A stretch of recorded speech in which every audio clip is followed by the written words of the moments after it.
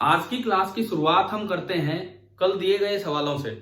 कल की जो पिछली जो लेक्चर हुआ था उसमें हमने mainly JEE advance JEE mains में किस तरह के सेंटर ऑफ मास पे बेस्ड या मोमेंटम कंजर्वेशन पे बेस्ड या कोलिजन पे बेस्ड किस तरह के क्वेश्चंस आ रहे थे वो हमने लिए थे। तो अभी शुरुआत में मैं सबसे पहले डिस्कस करता हूं अपने ही दो सवाल जो कल आपको कल दिए होंगे करने के लिए। एक क्वेश्चन तो था कोलिजन वाला, सिंपल कोलिजन वाला।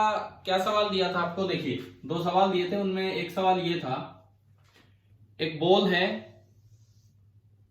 इसका मास है m1, स्पीड कितनी दी थी इसकी बताएंगे उस क्वेश्चन में आपको जब दिया था ये। और दूसरा बॉल, स्पीड की कोई वैल्यू दी थी या कोई वैसे वेरिएबल? बताओ एक मिनट, मुझे ध्यान नहीं कितना दिया था इसमें। u1 ठीक है, और ये रेस्ट पे था। और ये यहां पे हुआ था हेड ऑन इनइलास्टिक कोलिजन या हेड ऑन कोलिजन बोल दो, जिसका ई कुछ भी हो सकता है, कोएफिशिएंट ऑफ डिस्ट्रीब्यूशन कुछ भी हो सकता है। टक्कर के बाद ये चीजें चली होंगी, m1 चला v1 स्पीड से और m2 चला v2 स्पीड से। अब बताएं आपकी सवाल में क्या कंडीशन थी, क्या दिया क्या था? फाइनल वेलोसिटी किसकी u1 से ज्यादा करनी है, इसकी या इसकी? v2। ये तो हो ही नहीं सकता, इस पे तो टक्कर लगी होगी, पीछे फोर्स लगा होगा तो डेफिनेटली कम होगी।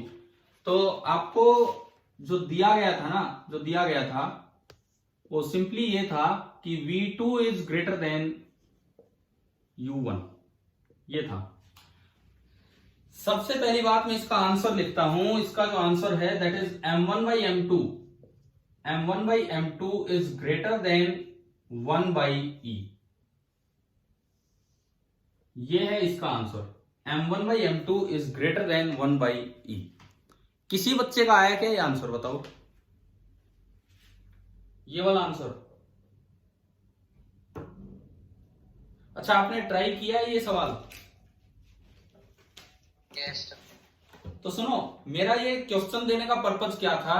जस्ट ये पर्पज था कि आप अपने v1 और v2 के फॉर्मूले रिवाइज कर लो, और कोई पर्पज नहीं था, बस वो फॉर्मूले रिवाइज कर लो, ये था। v1 बताओ, जनरल फॉर्मूला क्या होता था v1 का? First bracket into u1। आपको ध्यान हो, पहले ब्रैकेट में आता था m1 minus m2 upon m1 plus m2। अगर इलास्टिक हो तो ये, और अगर और कोई कोलिजन हो तो m1 माइनस ई m2। थोड़ा याद आया ऐसा फॉर्मूला? yes sir. ठीक है। सेकेंड ब्रैकेट में आता था 2 times m2 upon m1 plus m2, m1 plus m2। लेकिन अगर और कोई कोलिजन हो तो 2 की जगह क्या आता था बताओ? E. नहीं, अरे 2 की जगह ई कैसे आ सकता है? 1 plus E sir. 1 प्लस ई। इलास्टिक में 2 आता है तो यहां आता था 1 प्लस ई। अच्छा, ये तो था आपका, मैंने गलत तो नहीं लिखा है ना? एक बार देखो आप, आपको याद होंगे फॉर्मूले, मुझसे ज्यादा आपको याद होने चाहिए। और यहां बताओ, यहां क्या क्या आया करता था? 2m1 upon m1 plus m2. 2m1 upon m1 plus m2। तो 2m1 का मतलब अब यहां क्या आएगा 2m1 की जगह? 1 प्लस ई m1। यार बड़े इंपॉर्टेंट फॉर्मूले, देखो ये झटाक से सवाल हो जाएगा अगर आपको फॉर्मूले याद है तो, नहीं तो फिर लगे रहो इनको डेराइव करने में। दूसरी ब्रैकेट में क्या आएगा? m2 minus m1.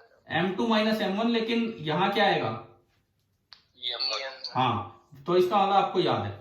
अब केवल आप कंडीशन पे चलो कि आपको दिया गया है कि v2 is greater then u1, बस केवल और केवल ये कंडीशन दी गई है कि v2 is greater then u1। कैसे लगाएं? ये v2 रहा। अच्छा, u2 कितना है? डायग्राम देख के बताओ u2 कितना है? 0। तो u2 0 होते ही तो ये तो टर्म ही खत्म होगी, ये तो टर्म ही खत्म होगी। तो मेरे काम का इस क्वेश्चन के लिए ना तो v1 है, तो v1 को मैं हटा देता हूं। ये v1 वाली साइड मैंने पूरी हटा दी यहां से। लो, v2 का ये काम का नहीं है, ये भी हटा दिया। क्वेश्चन में दिया है कि this thing should be greater than u1, this thing is greater then u1। u1 से u1 कैंसिल हो गया। देखो, आपने अगर ये कल क्वेश्चन ट्राई किया हो, क्या ये फॉर्मूला लिख लिया था कि नहीं, या कैसे ट्राई किया था? या आप कंजर्वेशन लगा के और फिर कर रहे थे इसको? बताओ, एक बार ट्राई तो किया होगा ना, कैसे ट्राई किया होगा? पूजा जी, आपने एक आंसर भेजा था, आपने किस तरह से ट्राई किया था? मतलब फॉर्मूले यूज नहीं किए क्या डायरेक्ट? हाँ सर। चलो ठीक है, अब सुनो तो, u1 से u1 कटा। एक बात का ध्यान रखें, इनइक्वालिटी में जब आप दो चीजें कैंसिल करते हैं, अगर वो नेगेटिव हो तो इनइक्वालिटी का साइन चेंज हो जाएगा, लेकिन स्पीड तो पॉजिटिव होती है। m1 प्लस m2 को इधर भेज दो, तो ये आपका बना 1 plus E into m1, this is greater then m1 plus m2। मुझे किसकी वैल्यू चाहिए? m1 बाई m2 की वैल्यू।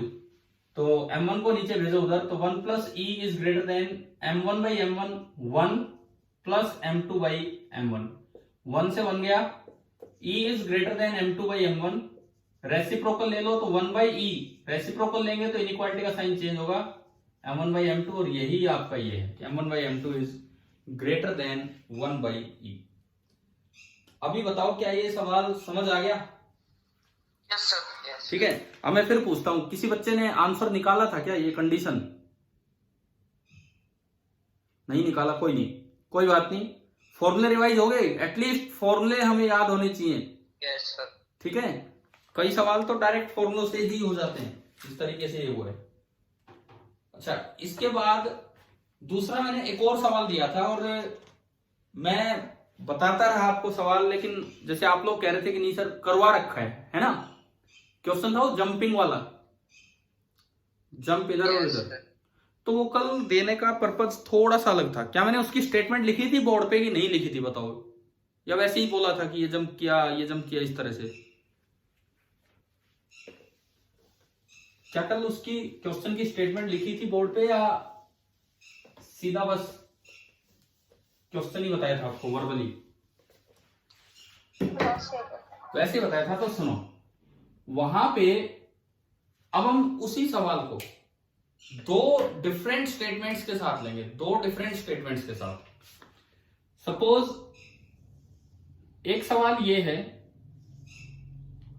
ये कैपिटल एम, एक जंपर इधर है ए, और एक जंप करने वाला इधर है बी, इन दोनों का मास है स्मॉल एम, और शुरू में एक रेस्ट पे थी। आपको दिया था कि एक बार तो ये जंप करता है यू स्पीड से, और एक बार फिर ये जंप करेगा बाद में यू स्पीड से। तो आपको बताना था कि जब ये दोनों जंप कर जाएं तो उस समय इस कार की स्पीड क्या होगी। हाँ जी, यही सवाल था ना हमारा?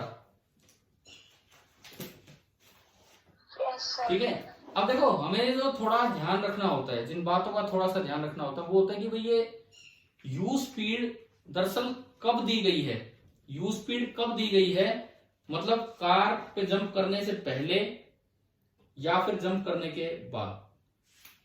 अगर क्वेश्चन में लिखा हो यू उसकी स्पीड है with respect to state of car before jumping, तो सवाल अलग बनेगा। और अगर ओनली इतना लिखा हो कि यू है speed with respect to car, कि जब ये चलता है हवा में, जब ये चलता है हवा में तो कार के रेस्पेक्ट में इसकी स्पीड यू है, इसका मतलब अलग बन जाएगा। तो मैं आपको दोनों सवाल करके दिखाता हूं ध्यान से, क्या है क्या नहीं। कल आपके लिए होमवर्क देने का पर्पज ये था कि किसी के दिमाग में डाउट भी आए तो पूछ ले कि क्या मतलब है क्या नहीं है। आपने पहले कौन सा सवाल किया हुआ है, ये वाला कि वो वाला?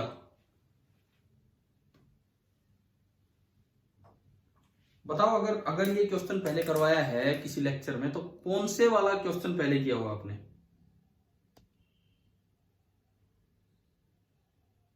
अरे बताओ ना, यू स्पीड बिफोर जंपिंग वाली स्टेट के रिस्पेक्ट में है या बस विद रिस्पेक्ट टू कार लिखा है?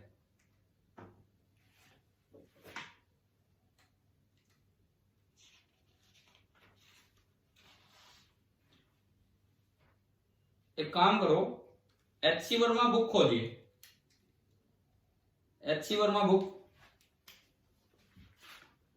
HCV page number 161। एक्सरसाइजेज का क्वेश्चन नंबर 28 एक बार निकालो आप। क्या ये सवाल हमने पहले किया था क्या? Yes sir. है ना, ये वाला किया हुआ है। अब इसमें देखो, इसमें क्या लिखता है, आप अगर क्वेश्चन पढ़ेंगे तो उसमें लिखा हुआ है कि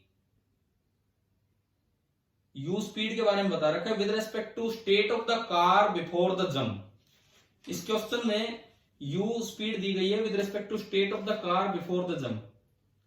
इसमें लिखा है पर्सन ऑन द लेफ्ट, पहले लेफ्ट वाला लेफ्ट की तरफ जंप कर जाता है, उसके बाद फिर राइट वाला राइट की तरफ जंप करता है। ये इस सवाल में लिखा है।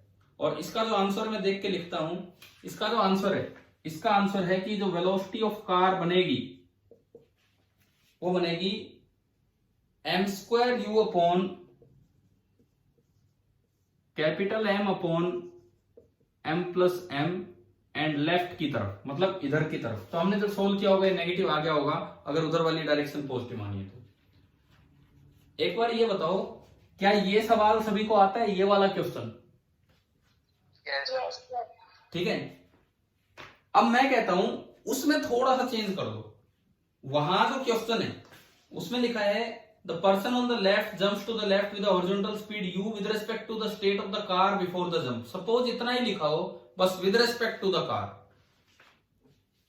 मैं ये जो ले रहा हूं इधर, इसी सवाल को थोड़ा मॉडिफाई करके ले रहा हूं। Modified question number 28। बस इतना बोल दिया कि with respect to state of the car. अब with respect to state of the car का मतलब है कि जब ये हवा में चलता है तो इसकी u speed with respect to car है, मतलब कार में कुछ एक स्पीड आ चुकी होगी, उसके रेस्पेक्ट में यू स्पीड है। तो ये बिफोर जंप वाली स्पीड के रेस्पेक्ट में हुई कि आफ्टर जंप वाली स्पीड के रेस्पेक्ट में हुई? समझ गए हो? ये जब हवा में है तो इसकी स्पीड यू है विद रिस्पेक्ट टू कार, कहीं अलग से स्पेसिफाई नहीं किया कि इनिशियल स्टेट। तो ये आफ्टर जंप वाली है, तो बिल्कुल सवाल चेंज हो जाएगा। मैं इसको तो रिपीट ना करूं ना, ये तो आता है आपको करना। ठीक है। तो अब आप ये बताओ कि ये थोड़ा सा हमने मॉडिफाई करके किया। अपने नोट्स में ढंग से ये चीजें मेंशन करना भाई। ये जो डिफरेंस है, ये जो हम डिफरेंस बता रहे हैं, ढंग से मेंशन करना इस चीज को। अब देखो, अब इसमें क्या होगा। मान लो जब पर्सन ए जंप कर रहा है, ए पहले जंप करेगा इधर वाला। ये जब ए जंप करता है, उसके जंप करते ही कार में स्पीड आ गई है सपोज v1।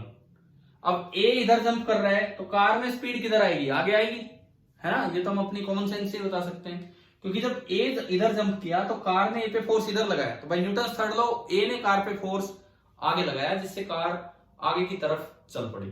तो देखो, मैं आफ्टर फर्स्ट जंप,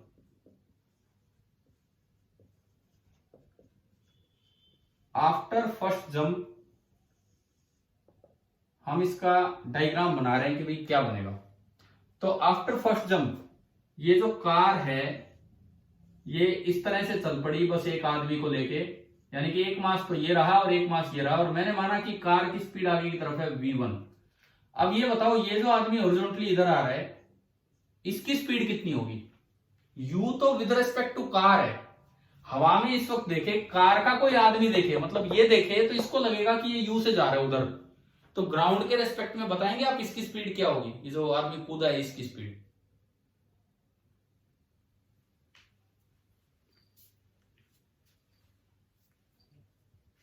बताओ, थोड़ा सा रिलेटिव का पॉइंट है यहां पे।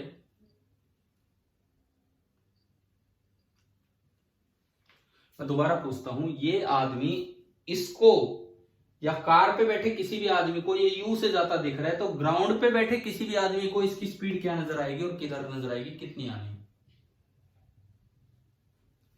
भाई ये तो है u, but this u is velocity of a with respect to car, ये है।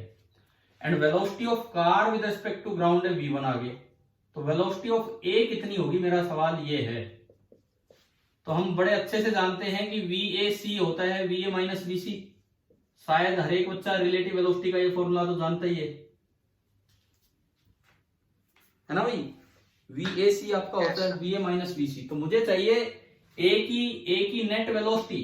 तो A की net velocity VA, it will be vector sum of VAC and C। अब इन दोनों का वेक्टर सम करना है। VAC ये है, VAC ये है, वो U पीछे है और ये कार आगे जा रही है V1 से VC, तो दोनों को ऐड करना है, दोनों का वेक्टर सम करना है। एक वेक्टर U इधर है और एक वेक्टर V1 उधर है, तो बताओ जुड़ेंगे कि घटेंगे? VA निकालने के लिए घटेंगे। अब ये मुझे नहीं पता कि V1 U से ज्यादा होगा या U से कम होगा, तो ये आपका मन करे आप वो मान सकते हो, इसको बड़ा भी मान सकते हो, इसको छोटा भी मान सकते हो। मान लो U बड़ा है, let U is greater than V1, तो इसका मतलब VA इधर की तरफ बना और कितना बना? U minus V1। अगर U बड़ा है V1 से, अगर U बड़ा है V1 से, तो जो VA बनेगा वो इधर की तरफ बनेगा और कितना बनेगा? वो बनेगा U माइनस V1 बनेगा। बताओ क्या समझ आ गया? Yes sir. ठीक है, तो अब लगाओ कूदने से पहले और कूदने के बाद मोमेंटम कंजर्वेशन और V1 निकलवाओ। फर्स्ट इक्वेशन मैं यहां लिखता हूं, फर्स्ट इक्वेशन मोमेंटम कंजर्वेशन की, क्योंकि कोई फ्रिक्शन नहीं है, कोई हॉरिजॉन्टल फोर्स लग ही नहीं रहा है, तो आप मोमेंटम कंजर्व करवा सकते हो। बताओ ये जंपिंग से पहले सिस्टम का इनिशियल मोमेंटम कितना है? सिस्टम मैंने माना m plus m plus m, ये सिस्टम माना 0, क्योंकि ये सब कुछ रेस्ट पे है। और जंपिंग के बाद P1 जो आएगा क्या आएगा? बताओ, इसको देख के बताओ, इस सिचुएशन को देख के। A की वेलोसिटी हमने माना कि पीछे की तरफ है U माइनस V1, तो A का मोमेंटम कितना लिखूं मैं आगे वाली डायरेक्शन को पॉजिटिव मान रहा हूं, कितना लिखूं बताओ? Minus m. हाँ बिल्कुल सही, minus m into u minus V1। अगर कोई बच्चा V1 ज्यादा मान लेता तो इसकी वेलोसिटी होती V1 माइनस यू, और V1 माइनस यू लिखते तो आगे तो पॉजिटिव लिखते। तो आप खुद देख लो, दोनों बार सेम लिखा जा रहा है। अगर U माइनस 1 लिखा तो बाहर माइनस लगा, अगर V1 माइनस यू लिखते तो बाहर प्लस ही आता, तो है तो वो सेम ही है ना, कोई फर्क ही नहीं है। प्लस बचा और मोमेंटम लिखवाओ। एम प्लस एम इंटू, हाँ m plus m into V1 by momentum conservation. मैं P इनिशियल P फाइनल को इक्वेट करके V1 निकाल लूंगा। तो अब आप ये बताओ, दोनों क्वेश्चंस में एक मामूली अंतर होने से क्या डिफरेंस क्रिएट हो गया? क्या समझ में आया कि नहीं आया? Yes sir. है ना? अगर स्पेशली मेंशन कर रखा हो with respect to state before jumping या बिफोर फायरिंग, बुलेट वालों में बिफोर फायरिंग, तो लेना है पहले वाले से। अगर लिखा हो विद रिस्पेक्ट टू कार, तो इसका मतलब जब वो हवा में था तो कार से इतने में लिख रहा है, मतलब वो आफ्टर जंपिंग वो नजर आएगा। ठीक है, क्लियर है? वैसे क्या ये कल ये सवाल क्या किसी बच्चे ने दोबारा ट्राई किया था, या बस वैसे ही चलो कर ही रखा है छोड़ो? हालांकि एक स्टूडेंट ने आंसर भेजा था हमारे पास, तो उन्होंने वो पिछले के तरीके से ही कर दिया होगा कि बिफोर जंप वाला और ये सब जो भी है। चलो अब मैं 2 मिनट वेट करता हूं, आप इन दोनों को इक्वेट करके V1 निकाल के फिर दोबारा डायग्राम बनाओ और आफ्टर सेकेंड जंप देखो क्या होगा। कीजिए भाई, एक बार आप कीजिए, उसके बाद हम आगे बढ़ेंगे।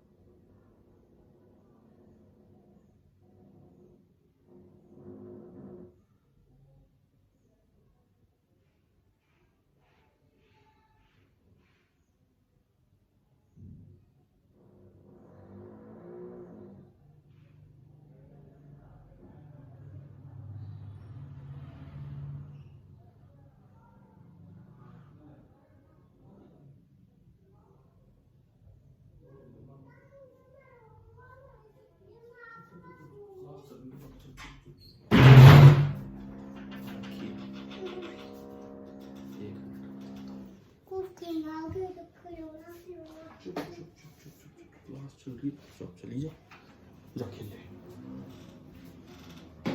ले जाओ। हाँ जी भाई बताओ, कुछ बना? कर रहे हैं सर। पहले एक बार V1 बताओ, V1 कितना निकला यहाँ से? mu upon 2m plus m। mu upon capital M plus 2m, ये तो सभी का आ गया होगा, है ना? और पॉजिटिव आया होगा। पॉजिटिव आने का मतलब है कि आगे ही बना, पॉजिटिव आने का तो मतलब ही आगे ही है। अब आप सेकंड जंप का डायग्राम बनाओ।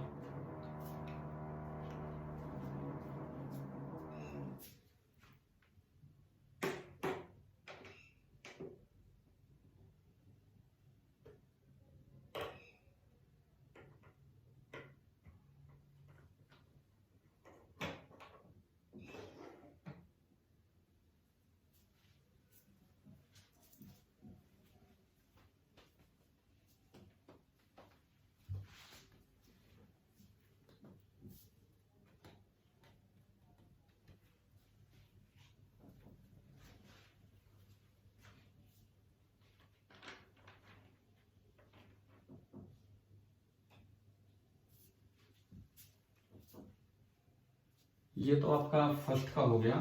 अब सेकंड जंप का डायग्राम बनाते हैं। जब आप सेकंड जंप का डायग्राम बनाएंगे तो बताओ ये कंसीडर करना होता है कि नहीं, ये ए? Yes sir. अगर आप इनिशियल मोमेंटम से ही लेके चलो तो इसको भी कंसीडर करो। मैंने एक बार पिछले लेक्चर में एक चीज और डाली थी कि वो एक्चुअली के डाउट डिस्कशन में कि आप एक और भी मेथड यूज कर सकते हो कि इसके बाद आप सिस्टम ही m प्लस एम मान लो। अगर आप सिस्टम ही m प्लस एम मानो तो इसको भूल जाओ, फिर इसका इनिशियल दोबारा अलग से यहां लिखो और फाइनल अलग लिखो। और अगर आप पूरे को सिस्टम मान के रखते हो तो इनिशियल 0 से भी आप आगे बढ़ सकते हो, लेकिन उसमें फिर इसको कंसीडर करना पड़ेगा। बताओ समझ आ रहा है मैं क्या बोल रहा हूं? अगर आप इनिशियल मोमेंटम 0 लो, बीच वाला मोमेंटम ये लो और अब फाइनल लिखो तो इसको भी कंसीडर करना है। लेकिन अगर आप V1 निकाल चुके हो तो आप खाली ऐसे भी कर सकते हो, बस इसको पहले देखो और बाद में देखो, इसको भूल जाओ। तो मैं इस तरीके से दिखाता हूं आपको। अब सिस्टम है m प्लस एम, अब सिस्टम है m प्लस एम, तो अब इसका P इनिशियल क्या लिखा जाएगा? ये before the second jump m plus m into V1, और V1 आपका है mu upon m plus 2m। एक बार बताओ ये समझ आया क्या कि अब मैंने सिस्टम क्या मान लिया है? Yes sir. ठीक है, मैं दोनों तरीके से बताऊंगा, पहले एक बार ध्यान से सीखो इसको। मान लो अब ये जो B है ये जंप कर गया और B की जो जंपिंग है वो u स्पीड से है विद रिस्पेक्ट टू कार, तो यहां मैं लिखूं आफ्टर सेकेंड जंप।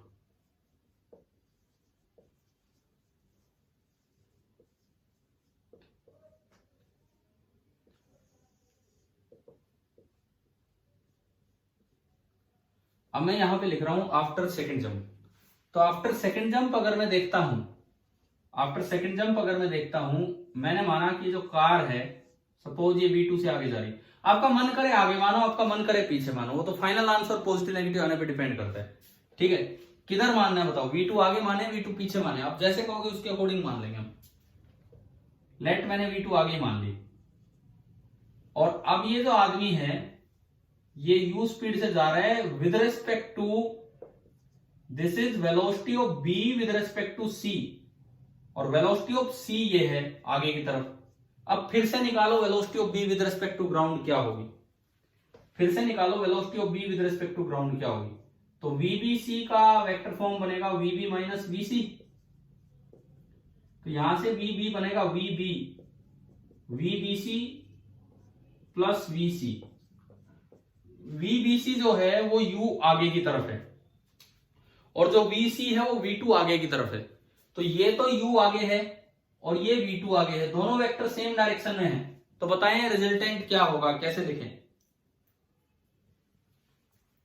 दोनों वेक्टर सेम डायरेक्शन में है तो हम रिजल्टेंट कैसे लिखें बताओ?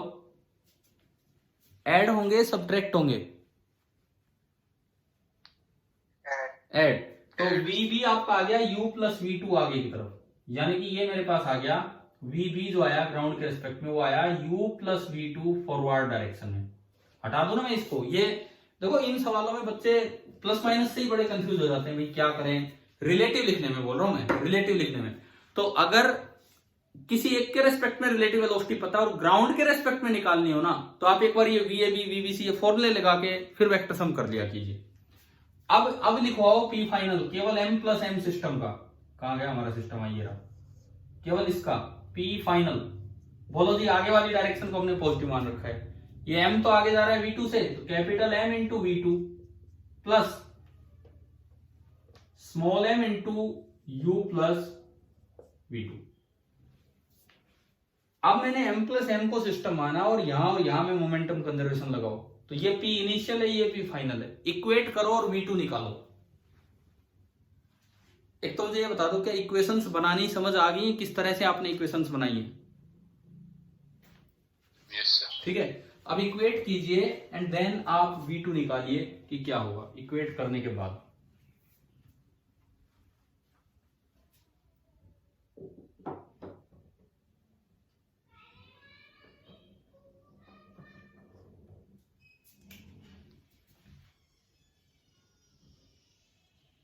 m square u upon 2m plus m। रुको रुको रुको, हाँ हो सकता है आप सही बोल रहे हो, मैं आंसर लिखता हूं। m स्क्वायर u, ये तो उधर से बनेगा। अब देखो पिछली बार नीचे था m प्लस m, वो तो आएगा ही आएगा, वो m प्लस m तो नीचे आएगा, लेकिन ये जो पिछली बार m था इसकी जगह आ जाना है एक 2m और आ जाना जुड़ के। क्या ये आ रहा है क्या? हाँ ऐसा हो सकता है कि माइनस साइन आ जाए, तो इसका मतलब तो टुवर्ड्स लेफ्ट होगा। अब बताओ एक बार, क्या ये आया है क्या?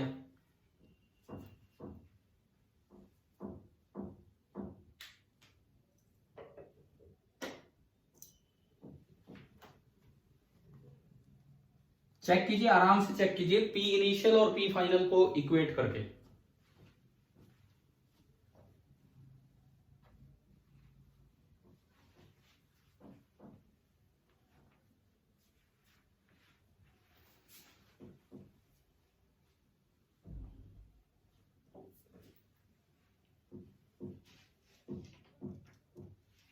यस सर, यही आ रहा है।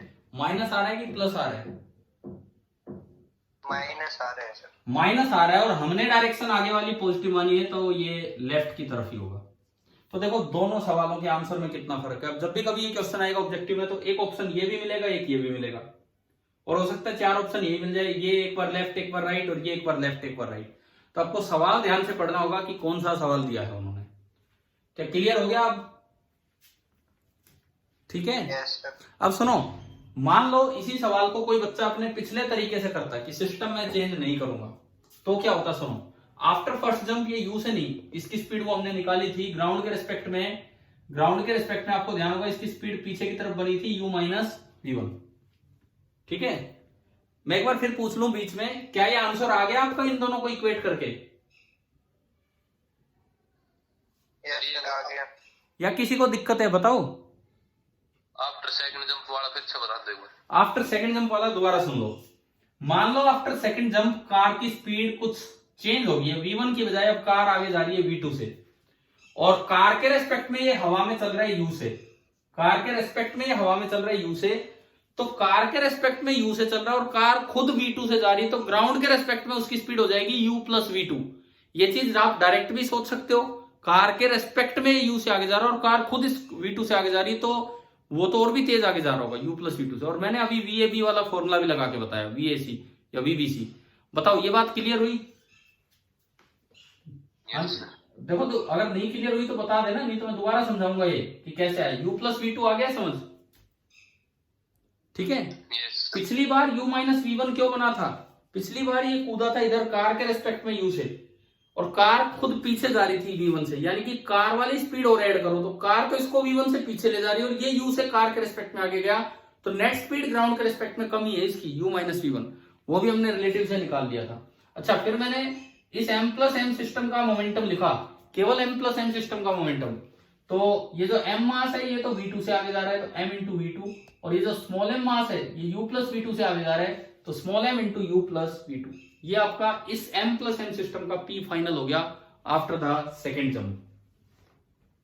ठीक है, और इसके बाद आपको इन दोनों को इक्वेट करना था, तो capital M into V2 plus small m into you, ये वाला, plus small m into V2 बराबर, उधर आपका है m plus m into m u upon m plus 2m, ये था।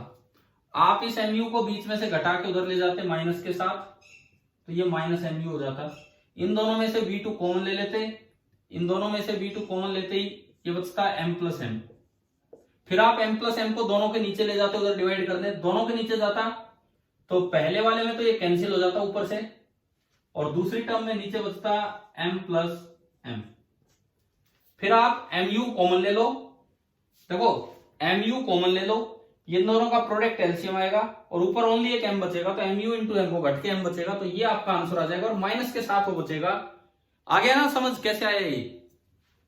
Yes sir. ठीक है, तो इसलिए डायरेक्शन ये आ गई। अब मैं आपको ये बता रहा हूं कि अगर आप पिछले तरीके से अपना चलें कि आप सिस्टम m प्लस m नहीं बनाते, सिस्टम वही चल रहा है m प्लस m, तो अब ये जो इस समय जो मोमेंटम था, इस समय जो मोमेंटम था वो आपने ये लिख लिया था, ठीक है, इसको मैं P1 बोल देता हूं, P आफ्टर फर्स्ट जंप। क्या क्या क्या? हाँ तो इसीलिए तो माइनस बचेगा, इसीलिए तो एरो उल्टा किया है, माइनस बचेगा, माइनस बचेगा, उससे वो आएगा minus m square u upon ये, है ना, यही कह रहे हो आप? अब माइनस स्पीड नेगेटिव नहीं होती है, माइनस का मतलब है कि आपकी डायरेक्शन जो आप पॉजिटिव मान रहे हो उससे उल्टी डायरेक्शन में स्पीड बनेगी। तो इसका मतलब आपने अभी तक सारे एक्सप्रेशंस में पॉजिटिव डायरेक्शन आगे राइट की तरफ मानी, तो जो नेगेटिव डायरेक्शन होगी वो लेफ्ट की तरफ हो जाएगी। इसका मतलब ये स्पीड है लेफ्ट की तरफ। यही तो सवाल में उस दिन भी हुआ था जब ये 28 करवाया था HCV का। क्या क्लियर हुआ सभी को? हाँ जी बोलो, अगर यहां तक कुछ भी और डाउट है तो मैं पहले वही क्लियर करूं, शायद आ गया होगा समझ, है ना? ठीक है, अब सुनो, अगर आप सिस्टम चेंज नहीं करते और यही रखते तो P initial 0, P after first jump ये आपने लिख दिया, यहां से V1 निकाल लिया। आफ्टर सेकंड जंप अब इसको भी कंसीडर करना है, इसको नहीं छोड़ना है, ये जितनी स्पीड से जा रहा था और इसकी स्पीड थी u माइनस V1, तो आफ्टर सेकंड जंप जब आप P फाइनल लिखोगे, P फाइनल, तो that will be equal to, ये तो है जो है, ये तो है, एक इसको और कंसीडर करना है, ये बेचारा पीछे जा रहा है, तो minus m into u minus V1 और आ जाएगा एक्स्ट्रा टर्म। आपको दिखे ना दिखे मैंने बोल दिया है, बताओ ये समझ आ गया? ठीक है, और फिर आप जीरो और बीच वाला और ये इनको इक्वेट करके करोगे तब भी आ जाएगा। तो आपको मैंने दोनों तरीके बता दिए। पिछली बार जब HCV का सवाल डिस्कस हो रहा था, जिस किसी का भी डाउट था, तो उस समय मैंने बताया था कि पूरे को सिस्टम रखो, परंतु कई बार ऐसे जल्दी होता है, पूरे को सिस्टम मत रखो, एक जंप करके एक की स्पीड आ गई, अब उसको छोड़ दो, सिस्टम से बाहर करो, अब इसका मोमेंटम और बाद का मोमेंटम लिखो, तो ये हो गया। और ये क्वेश्चन लेने का पर्पज आपको क्लियर हो गया होगा कि ध्यान से ये पढ़ना है कि जो जंप हो रहा है या जो फायर हो रही है, एक ही बात है दोनों, वो बिफोर जंपिंग या बिफोर फायरिंग स्टेट के रिस्पेक्ट में स्पीड दी है, या बस कुछ नहीं बोला है, कुछ नहीं बोला है तो आफ्टर फायरिंग या आफ्टर जंपिंग के रेस्पेक्ट में होगी। हाँ भाई बताओ, क्या अब ये मोमेंटम कंजर्वेशन के इस टाइप के क्वेश्चंस क्लियर हो जाएंगे? Yes sir. ठीक है, मैं आपको फिर एक बार फिर से याद दिला दूं, आप अपना 18 तारीख तक, 19 को आपका पेपर है, 18 तारीख तक HCV बिल्कुल कंप्लीट कर लीजिए। 18 को आपका एक टेस्ट भी हम ले रहे होंगे, लेकिन आप तब तक HCV बिल्कुल अपनी कंप्लीट कर दीजिए। ठीक है, चलूं आगे बढ़ूं, क्योंकि हम जो रोटेशन का बाकी पार्ट है अब इस टेस्ट के बाद ही स्टार्ट कर रहे हैं, तो तब तक थ्रू क्वेश्चंस के थ्रू हम प्रैक्टिस अपनी आगे बढ़ा रहे हैं, कुछ डिस्कशन के through.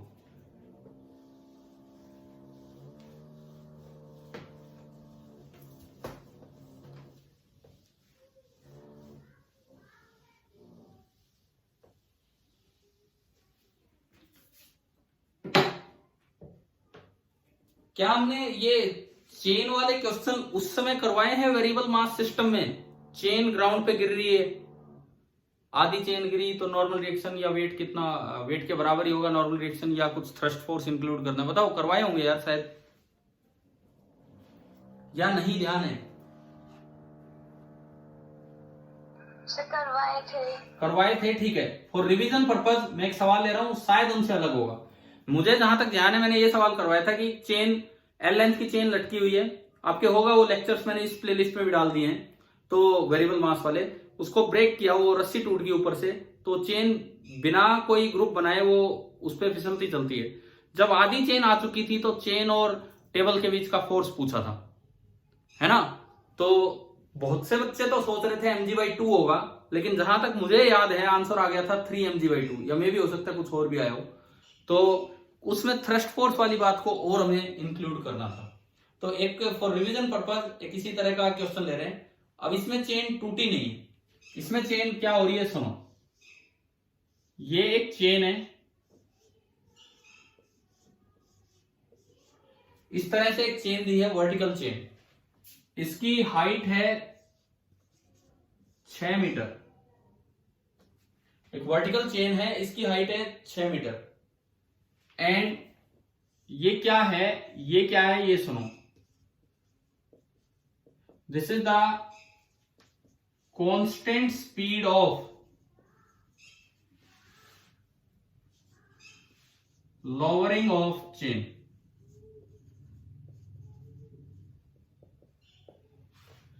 This is the constant speed of lowering of chain। Chain नीचे आने की कुछ कांस्टेंट स्पीड आपको ये दी गई है, ठीक है। यहां पे फ्लोर है, यहां पे फ्लोर है इस तरीके से। चेन का मास है 80 किलोग्राम, जो टोटल मास है, टोटल मास है दैट इज 80 केजी।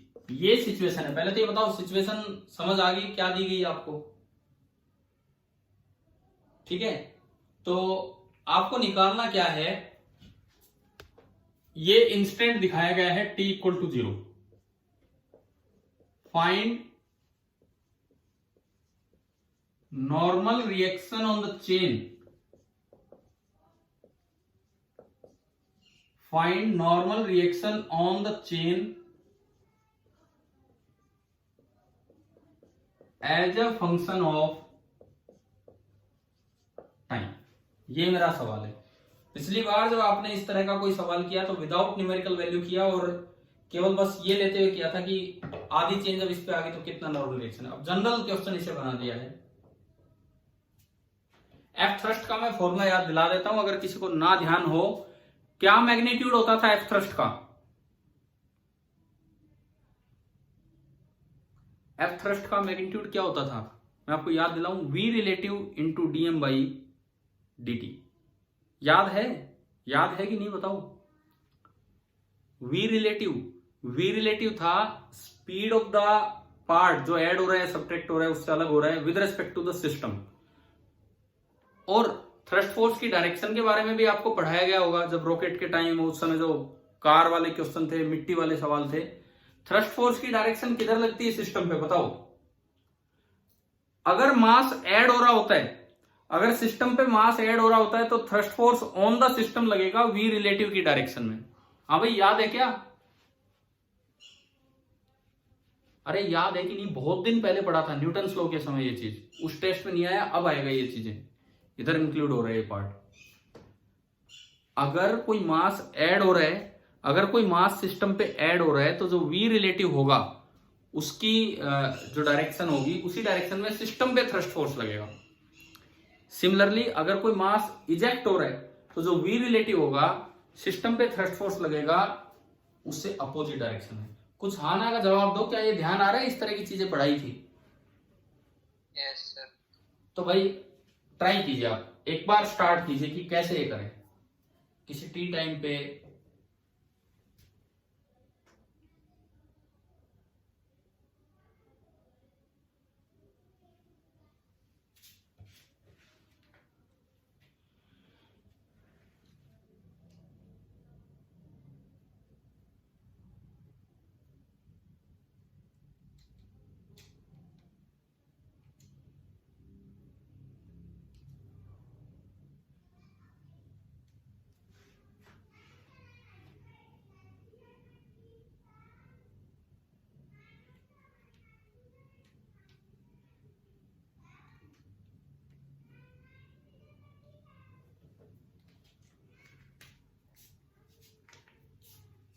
अब कर रहे हैं ट्राई, मैं करवाऊं? सोचना वैसे ही है, किसी टी टाइम पे कितना पार्ट टेबल के ऊपर आ चुका होगा, एक तो उसका वेट, और प्लस उस समय क्या मास ऐड होने वाला है किस स्पीड से, तो थ्रस्ट फोर्स। और जैसे वो आधी चेन वाला करवाया था तो mg/2 तो वेट ही था रखी हुई का, और बचा हुआ mg वो थ्रस्ट फोर्स के रूप में आया था। तो हमें वही चीज फिर से कंसिडर करनी है इसमें उसी तरीके से।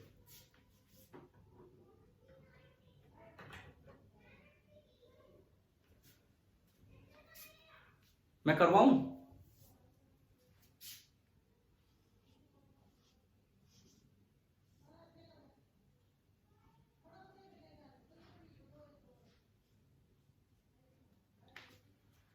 देखिए सर आंसर बता दो। आंसर बता दो, आया है? पहले ये बताओ आपका कुछ आंसर आया है? Yes sir. ठीक है, तो आंसर है 16t प्लस 19.2 न्यूटन। किसी भी टी टाइम पे जो नॉर्मल रिएक्शन लगेगी वो इतनी लगेगी।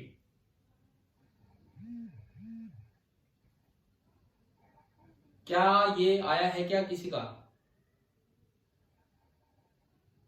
सर एक बार डिवाइड कर लेते हैं 5 से। ठीक है, आप कर लो, पहले देखो एक मिनट, ये मैंने आंसर लिख दिया इस सवाल का।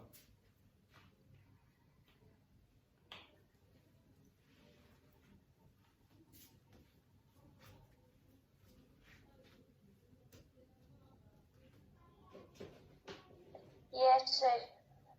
चलो बहुत अच्छी बात है अगर ये आंसर आ गया तो। देखो सुनो, टी टाइम में कितनी चेन इस पे उतर चुकी होगी इस फ्लोर पे? एक कांस्टेंट स्पीड से चेन आ रही है, तो टी टाइम में कितनी चेन इस पे उतर चुकी होगी? 1.2 स्पीड से चेन आ रही है, तो टी टाइम में कितनी चेन इस पे उतर चुकी होगी बताओ? बाकी आ ही रही है अभी भाई, ये जो distance covered on the table होगी वो 1.2t हो जाएगी। हाँ जी बोलो, ये आया क्या समझ? अगर t बराबर 0 पे ये सिचुएशन, हम ये मानते हैं कि ये जमा नहीं हो रही है, इस पे यहां इकट्ठी नहीं होती चलेगी, चलेगी, तो आप बताओ t टाइम में 1.2 की स्पीड से चेन का कितनी लेंथ इसके ऊपर आ चुकी होगी? क्या समझ आया कि नहीं आया? 1.2 इंटू टी। ठीक है, अब सुनो, इसका मास कितना होगा? इसका मास, ये जो चेन इसके ऊपर रखी इसका मास, यूनिटरी मेथड से आप निकाल सकते हो, यूनिफॉर्म चेन है ये, नहीं दिया हो तो यूनिफॉर्म मानते हैं। तो यूनिटरी मेथड निकालने के लिए ना आप ऐसे क्वेश्चंस में लैम्डा निकाल लिया करो। लैम्डा वो काम आता है मास पर यूनिट लेंथ, कि एक यूनिट लेंथ का मास कितना है, एंड वो होगा, पूरा मास दिया है 80 केजी एंड लेंथ है 6 मीटर, तो लैम्डा होगा 80 केजी अपॉन 6 मीटर, 2 से गया 3 और 40, तो लैम्डा मेरे पास आ गया 40/3 केजी पर मीटर, मतलब यूनिट मास का, यूनिट लेंथ का मास, यूनिट लेंथ का मास। तो अगर यूनिट लेंथ का मास इतना है तो 1.2t लेंथ का मास कितना होगा? ये जो मास होगा, यूनिट लेंथ का मास लैम्डा इंटू ये लेंथ 1.2 इंटू टी, 3 4 12, ये कितना आ गया? क्या ये 16t आ गया कि नहीं ये मास?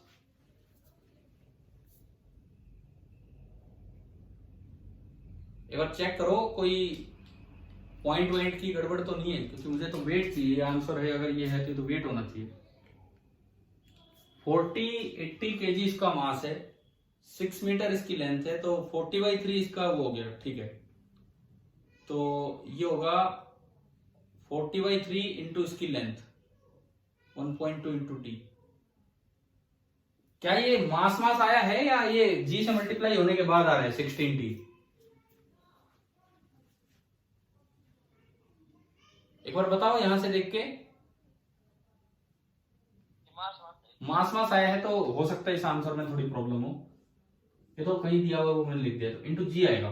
ठीक है, ये मास तो ठीक है, इतना ही ठीक है, लेकिन जो नॉर्मल रिएक्शन पूछा है, तो नॉर्मल रिएक्शन पूछा है तो इंटू जी और आएगा। चलो ये तो एक बात हुई।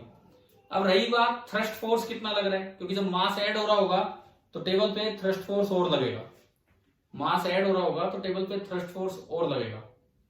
देखो मास ऐड हो रहा है 1.2 की स्पीड से, टेबल तो रेस्ट पे है, तो वी रिलेटिव तो यही हो गया, वी रिलेटिव तो आपका यही हो गया 1.2। अब into DM by d t, thrust force जो होगा f thrust, that is v relative 1.2 into DM by d t. अब इस डीएम बाई डी टी को लिखने का तरीका होता है लैम्डा की टर्म्स में। कैसे?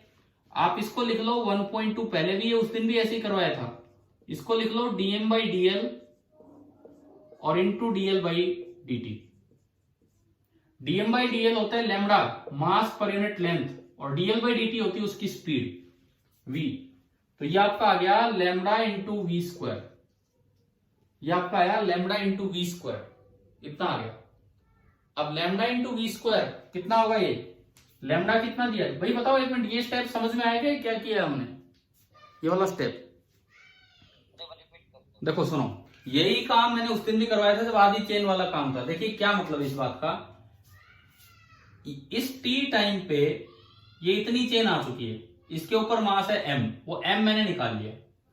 अगले dt टाइम में dl लेंथ हो रहा नहीं है और उसका मास है dm और उसकी स्पीड है यही कांस्टेंट स्पीड है। उस दिन जो सवाल था उसमें तो जी एक्सेलरेशन से आ रहा था, वो ब्रेक हुआ था ऊपर से तो फ्री फॉल हो रहा था, उससे अलग है ये सवाल, उससे अलग है ये क्वेश्चन, तो कांस्टेंट स्पीड से आ रहा है। तो अगले dt टाइम में जो लेंथ आगे जाएगी वो vdt होगी, अगले dt टाइम में जो लेंथ आगे जाएगी वो कितनी होगी? vdt हो जाएगी। बताओ ये स्टेप आया समझ? अगले dt टाइम में जो dl लेंथ इसके ऊपर आनी है वो कितनी हो जाएगी? v into D T. ठीक है, dl लेंथ का मास होगा dm और dm होगा लैम्डा इंटू dl, क्योंकि लैम्डा होता है dm बाई dl। तो dm होगा जो मास आगे ऐड हुआ है लैम्डा इंटू dl, और dl की जगह आपने लिख दिया lambda into v dt, lambda into v मतलब dl की जगह vdt लिख दिया। इस dt को नीचे उठा लाओ, इस dt को आप नीचे उठाओगे तो आप बताओ क्या dm बाई dt आपके पास ये आ गया कि नहीं? Lambda into v. दोबारा बताऊं क्या? बताओ, दोबारा बताना होगा, मैं फिर से समझा दूंगा इससे कैसे क्या है। ये स्टेप इंपॉर्टेंट स्टेप है, बच्चे तो यार इसको याद करके चले जाते हैं कि dm बाई dt होता है लैम्डा इंटू वी। एक बार फिर सुन लो, एक बार लास्ट टाइम, कि ये जब चेन टेबल पे आ रही है, देखिए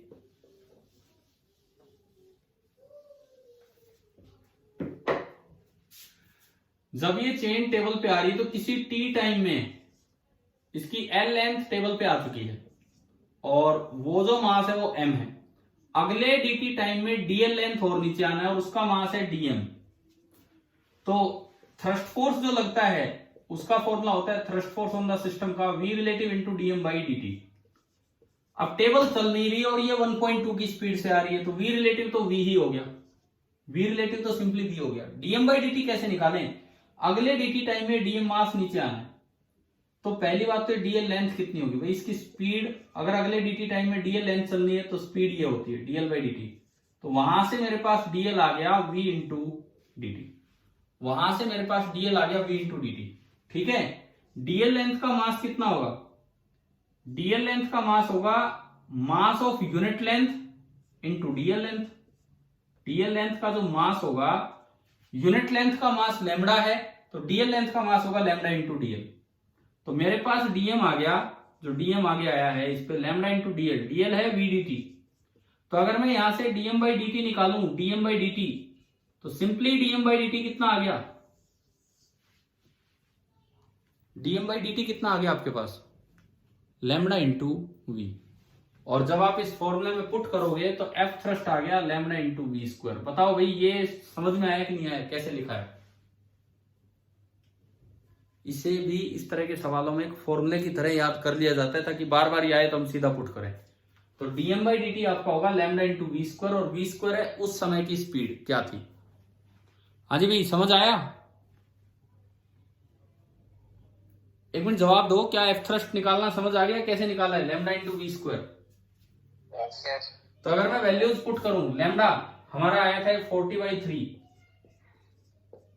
और इंटू वी का स्क्वायर 1.2 इंटू 1.2, तो ये गया 0.4 इंटू 40 16 इंटू 1.2, 12 6 72 7 19 19.2।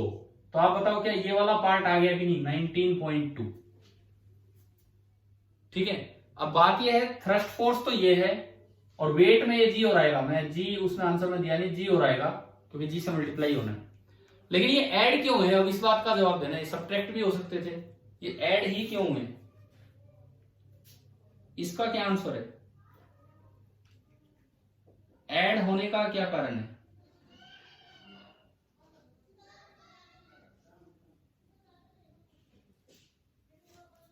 थ्रस्ट फोर्स की डायरेक्शन बताओ।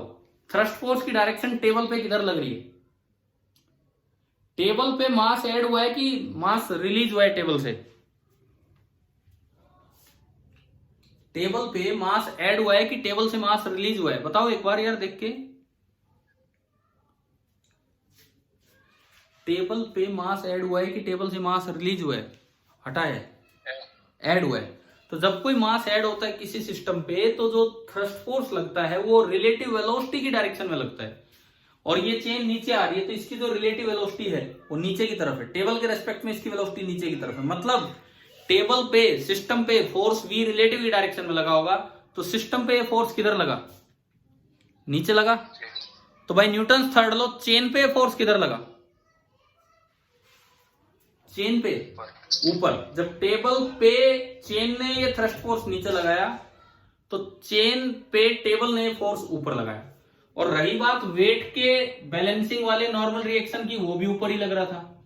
जो इसके वेट को बैलेंस कर रहा था mg को, तो 16t इंटू जी था, जिसके वेट को बैलेंस कर रहा था वो भी ऊपर ही लग रहा था। और ये थ्रस्ट फोर्स भी ऊपर ही लगा, लैम्डा v स्क्वायर। तो ये आपका ना ऐड हो गया और इस तरीके से फिर ये फाइनली आपका आंसर निकल गया। इन टर्म्स ऑफ लैम्डा अगर आपको आंसर लिखना हो, normal reaction on the chain as a function of time, normal reaction on the chain as a function of time in total force अगर मैं लिखूं तो देखो ये जो थ्रस्ट फोर्स आया ये तो आ गया लैम्डा इंटू वी स्क्वायर। और जो नॉर्मल रिएक्शन आया था वो क्या था? ये लैम्डा था, ये v था, ये t था और एक g हो रहेगा। तो lambda v t g plus lambda v square. यानी कि अगर मैं लैम्डा इंटू वी कॉमन ले लूं, अगर मैं लैम्डा इंटू वी कॉमन ले लूं तो ये आंसर आपका आया फर्स्ट टर्म में तो g t and second term में आपका आया v, lambda v into g t plus v. तो आप इसको बिना न्यूमेरिकल वैल्यूज के अगर ये क्वेश्चन लिखें तो ये आपका फाइनल आंसर आया है। बताओ भाई समझ में आया कि नहीं?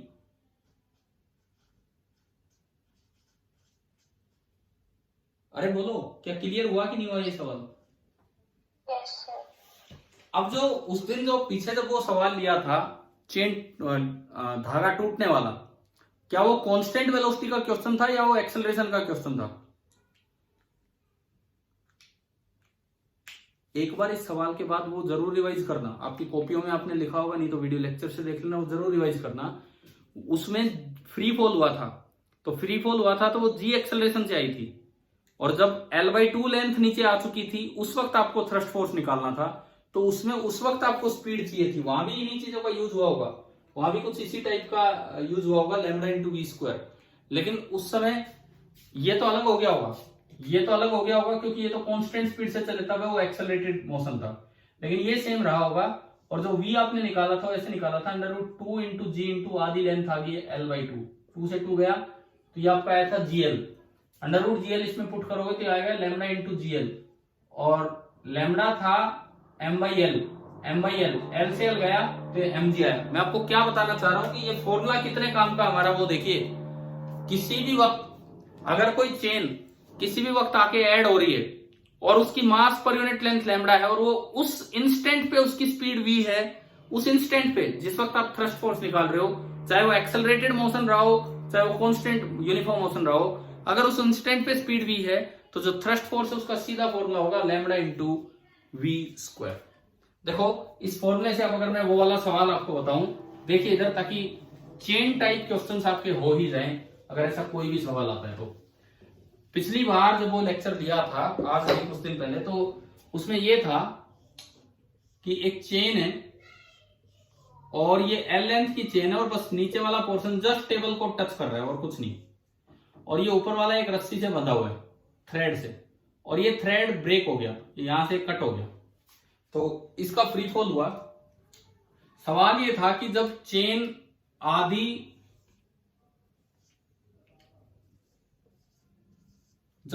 आधी इस पे आ चुकी है, L/2 लेंथ इस पे आ चुकी है, उस वक्त इन दोनों के बीच का फोर्स बताना था। तो अगेन वही है, पूरा मास m दिया है, तो आधा मास कितना हो जाएगा जब आधी चेन ही है। पहले मैं लैम्डा ही निकाल लूं, लैम्डा तो कितना हो गया m/l, ठीक है। ये जो लेंथ है आधी लेंथ है, तो इस बार ये लेंथ vt नहीं है, इस बार ये लेंथ vt नहीं है, इस बार ये लेंथ λ/2 है। vt का मतलब था लेंथ ऑन टेबल। मैं इसको थोड़ा सा जनरलाइज कर रहा हूं ताकि ऐसे सवाल आए तो आप कर पाए सीधे एक बार में। vt का मतलब था लेंथ ऑन द टेबल। तो अब देखो सीधा फॉर्मूला लगाते हैं। अच्छा, इस समय ये जो स्पीड है, क्योंकि फ्री फॉल हुआ है और L/2 लेंथ ये चल चुका है, तो ये वाला जो लिंक है इसकी स्पीड होगी √2g इंटू लेंथ जो भी चली L/2, तो इसकी स्पीड आई √GL। अब देखो आप डायरेक्ट ये फॉर्मूला लगाओ, direct F total lambda is m/l, length on the table कितनी है इस समय लेंथ ऑन द टेबल कितनी है L/2। आपको ध्यान आ रहा है मैं कौन सा सवाल ले रहा हूं, दोबारा समझ में आ रहा है कौन सा सवाल कर रहे हैं इस फॉर्मूले से। जब आधी चेन इस पे आ गई तो इन पे कितना फोर्स लग रहा था, m/l इंटू L/2 इंटू जी प्लस लैम्डा है m/l और v का स्क्वायर। अब वो एक्सेलरेटेड मोशन रहा हो चाहिए, इस तरह से चल के आया हो, v फिलहाल v है √GL, तो v का स्क्वायर कितना होगा GL, L से L गया, यहां भी L से L गया, mg/2 प्लस mg। बहुत से बच्चे उस दिन यही आंसर सोच रहे थे, बस आधी चेन है, थ्रस्ट फोर्स को भूल गए थे, तो ये आपका आंसर आया 3mg/2। एक बार जरूर अपनी कॉपी में वो क्वेश्चन रिवाइज करना, और उसके साथ चाहो तो ये फॉर्मूला बना के आप लिख सकते हो, और उससे भी आपने ये वाला सवाल सोल्व किया। अभी बताओ क्या ये चेन टाइप क्वेश्चन हो जाएंगे अगर ऐसा कोई भी आपके इस एग्जाम में आगे कहीं आता है तो, चेन वाले क्वेश्चंस। अभी ठीक है ना, इनमें जो मेन बात है ना वो ये है कि थ्रस्ट फोर्स मत भूल जाना, बिकॉज अगर आप थ्रस्ट फोर्स को भूल गए तो फिर आधा सवाल गलत ही हो जाएगा। क्लियर है?